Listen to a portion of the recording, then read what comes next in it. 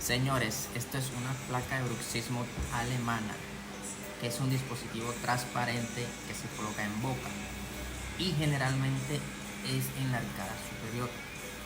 Esto está fabricado de un material duro y rígido, lo que impide poder apretar los dientes.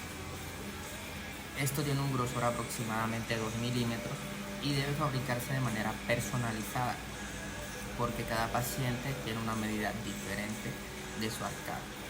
Además, su uso debe ser personal e intransferible. Si tú crees que padeces bruxismo, yo te recomiendo acudir a tu dentista. Este determinará si el uso de la férula es conveniente para ti o no, que observará si presentas desgaste.